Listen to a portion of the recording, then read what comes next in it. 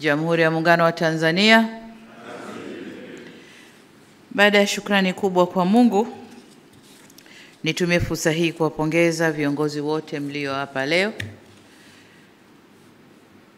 Langu kwenu ni kwenda kuviishi viapo mlivyo hapa leo, na kwa kiapo cha maadili najua jaji huwa anatoa kopi baada ya zile mbili mlizo saini, moja na kurudishia. Hiyo ni reference yako ya kuiangalia kila baada ya muda. Hata mimi hapa ninayo ya kwangu. Nakaa kipindi kisha naichukua na itizama.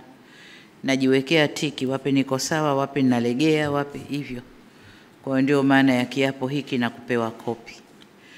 Lakini niwaombe pia ndugu zangu mlio hapa leo, kiapo kile kikubwa na kile cha maadili, mkashirikiane na mtakao wakuta kule mnakokwenda, fanya kazi kwa mashirikiano.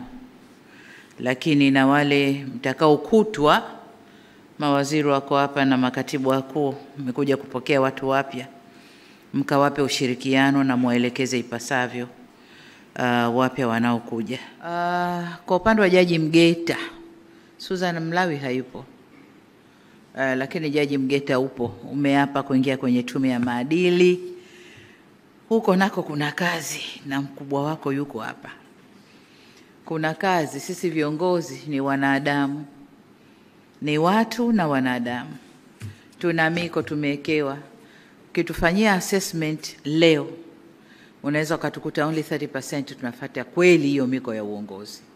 Sasa mna kazi ya kutulea huko na kuangalia. Ujazaji tu form na kukuleteeni, ile tunafanya sana. Lakini matendo mengine yetu binafsi huko ni mambo mengine.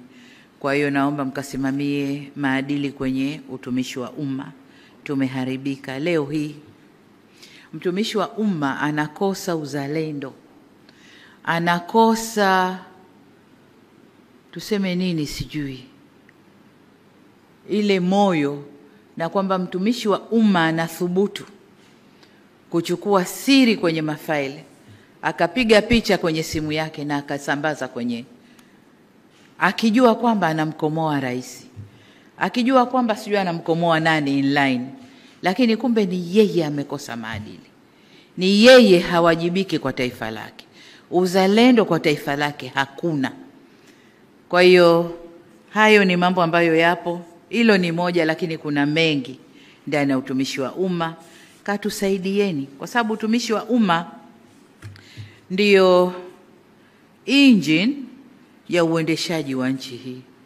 Kwa hiyo katusaidieni viongozi kuwa na nini. Lakini kuna mradi ambao mmeuanzisha nami umenifurahisha, wa kuanza kuwajenga watoto huku na maadili ya umma, whether kupitia mashuleni au wapi.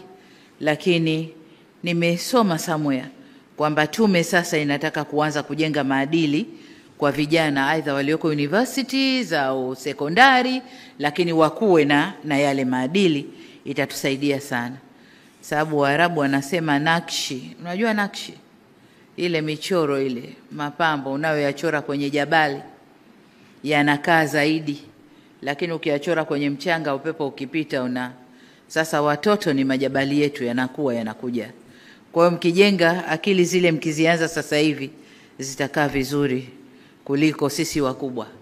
Jitu lishapotoka huko nje, unaliteua, unaliweka, linakwenda na imani yake ile ile. Nikifika watanijua, baada ya miaka miwili mimi nataka niwe somebody, nionekane, badala ya kutumikia nchi anajitumikia mwenyewe. Kwa hiyo nendeni katukumbusheni maadili yetu yako. Taifa hili ni letu, wawajibikaji wa kulijenga taifa hili ni sisi. Mlio hapa, tuliopo na waliopo ni sisi na hakuna mwingine. Na kwa sababu ya uzuri na madhubuti wa taifa letu, mnaona yanayotokea leo. Kwamba nchi, watu kutoka kwingine wanataka kuja kuvuruga huku ndani. Sasa hii kazi ya kulinda hilo sio yangu peke yangu, wala sio vyombo vya ulinzi na usalama peke yao, ni sote. Ni sote, kwa sababu wakikosa huku watapita huko, kupita mawizara, mashirika yetu, nani watataka kuingia huko kuvuruga. Hii ndio rasilimali yetu tulioachiwa, hatuna nyingine. Nendeni kailindeni.